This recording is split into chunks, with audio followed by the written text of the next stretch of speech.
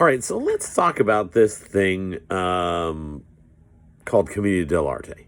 It's a kind of a throwback. So you've had this church period, right? 1,000 to 1,200 years, where everything revolves around the church and what the church authorizes and what they say you can do and you're not doing what they say you can't do, right? If you'll recall that the period right before the church was the Romans, and the Romans used stock characters. Now I want to pause right here, really dive deep on this. Key component to understand is the difference between a stock character and an ethnic stereotype. There are a lot of professional sports teams that have changed their name because it was an ethnic stereotype, possibly of Native Americans. They've had to change their logo. That's an ethnic stereotype. In the last couple years, Aunt Jemima has come under scrutiny for the same reason. That's an ethnic stereotype, often derogatory. Disney does not allow Song of the South to be played, even though one of the most famous songs in Disney history, Zippity-doo-dah, zippity-yay, my oh my, what a wonderful day, is from Song of the South, because there are ethnic and cultural stereotypes that are problematic in them. Stock characters don't have anything to do with that. Stock character might be something like a nutty professor. Eddie Murphy's played a nutty professor. Robin Williams played it in Flubber. A woman could play that role, no problem. And it could be in all generations and in all cultures. There's just a sort of a nutty professor with a pocket protector maybe. And it's not inherently endemic to any one culture. It's also not naturally negative or possibly judgmental or racist or any of those things. You may have stock characters without it being the derogatory idea of an ethnic stereotype, right? Understand the difference. If you're not sure, ask me. Because the Romans were big on the stock characters and improving things. And what's going to come back immediately after the church sort of recedes is Commedia dell'Arte. Now, this is going to be big because there's going to be bands of traveling minstrels who are going around, but there are men and women together. Now, this is a big deal. Remember, the church has been in charge, and so it's this idea that a group of them are, and they'll pull up. They've got a wagon or something like that. They'll pull up to a a rich landowner's house and set up camp, and the wagon kind of unfolds into a it has a stage that kind of folds down like a Murphy bed, and you can perform off that.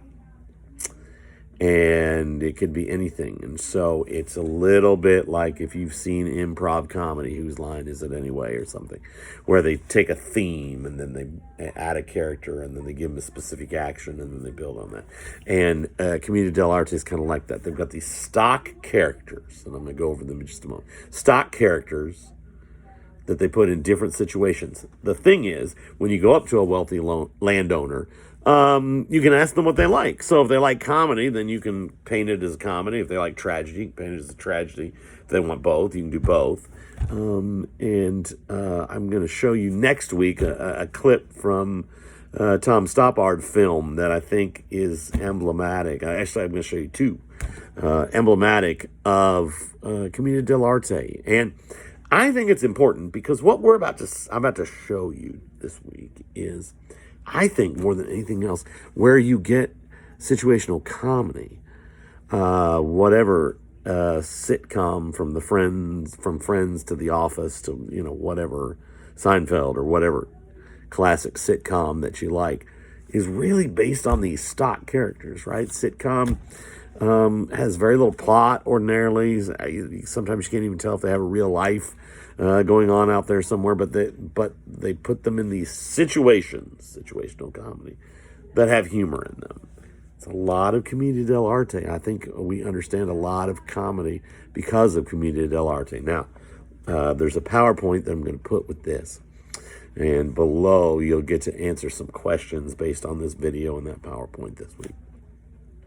And then I'm going to discuss it more next week. But I want to go over what were the typical stock characters and what their role was. So look at that PowerPoint when I'm done, and it'll help. I think you'll be good once you see it.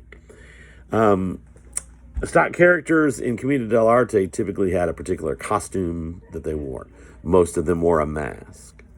And so here are the typical stock characters. The first one is Il Capitano, or the captain. He is swashbuckling and bold, but not necessarily heroic. He will jump in, sword blazing, and then he may be gone. Sneaking out the back. He wears the military dress of his day. He brags. He's a ladies' man, and he is motivated by his desire for sex. Some humorous possibilities there. Next, Il Dottore, or the doctor. He looks like he is a learned, and that, by the way, that's usually an academic. It's not usually a medical doctor. Usually it's like a doctor, thus and so. Could be, but usually not a medical doctor. He appears to be a learned man, but generally that impression proves to be false. Okay, we can find some humor there. So he's going to come in, he's going to give some advice to the characters in the scene, but it's terrible advice, and everybody watching is going, no, don't do that. The doctor is older, wealthy, and a member of the Vecchi, V-E-C-C-H-I, the Vecchi, which is like the ruling class, right? Those people with the power. He's a miser, and he is hopelessly unsuccessful with women. Everybody believes what he is saying to be true, but it is almost always false, which leads to further trouble and confusion. Pantalone. He is a guy that is always wearing, he's got this long, scraggly beard, and he's wearing like red, long-handled underwear pants. That's how you'll know it's Pantalone. He, too, is a member of the Vecchi, the ruling class. And he is like Scrooge McDuck. He's quite wealthy, but very greedy. He only cares about money, and he will do anything to get it. So if that means sacrificing something for someone else, he doesn't care. Pantalone. Arlecchino, or Harlequin. He's an acrobatic clown. He's mischievous. He is what we call Zani, Z-A-N-N-I, which takes us to the English word zany, like crazy antics and hopping around. He's a servant. He's a particular class of servant called the Zani. His costume has these diamond-shaped patches, so you'll always know him as soon as he comes on stage. His mask has a low forehead, and it's got a wart on it. And sometimes he wears a black stocking around the lower part of his face. You can't miss him when he comes on there because he's jumping around, being this zany servant. And he carries something that is called a slapstick. It's two pieces of wood. The one is hinged to the other, and if you crack it, it gives you a slap.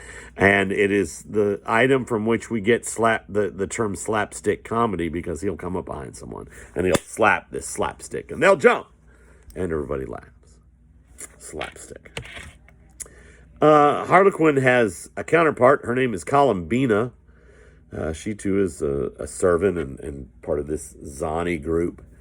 But here is where something hasn't been true, and actually won't be true in England, in the western portion of Europe, for another couple hundred years. It's a woman who drives the action of the play. You know, Shakespeare, as we'll get to in a few weeks, men played female parts. It was all male actors, but not in Commedia dell'arte.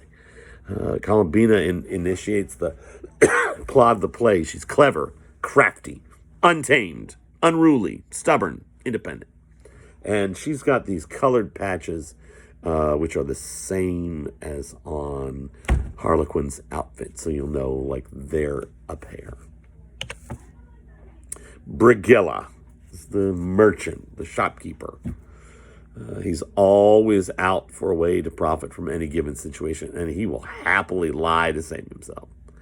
I was not there yesterday, sir, when you have just seen him on the stage there. Scaramouche, also known as Scaramouche. Extra points. Who can tell me what rock band and rock song wrote a very, very popular song that includes Scaramouche? Might be Scaramouche, Scaramouche, Fandango. Anyways, you might look that up. Might have some extra credit coming up. He's a roguish character who wears a black velvet mask, black pants, a shirt, and a hat. He is this buffoon. He's an idiot. Think of any Jim Carrey character. He's just crazily dumb. And the Innamorati, the lovers, young, righteous, and hopelessly in love with one another. They wear the best clothes of the day, and they're the only ones who never play in a mask. So when they come out on stage, you immediately know who they are because they're not wearing a mask. They are the ones who sing, dance, recite poetry. Often they're the children, maybe of Il Dottore or Pantalone. They're madly in love, but only surmount the obstacles put in their way at the end of the play. Think Romeo and Juliet, except don't die. Those are stock characters. Again, not like ethnic stereotypes, right? Okay. If you have questions on that, please, in your comments below, ask me if something feels confusing. The first video is an opportunity to kind of get a scholarly look at what Commedia was and maybe why it had such an impact. And then this lecture is just about those stock characters that I want you to really understand. Has nothing, it can be a man, woman, they can be black, white, Asian, doesn't matter. They can be funny because they're freed from all of that. Whereas ethnic stereotypes typically go away in a very short period of time. All right. Finish the questions below, and we'll pick this up again next week and dive deeper into this form of art called Commedia dell'arte that I think is very important all the way up till today.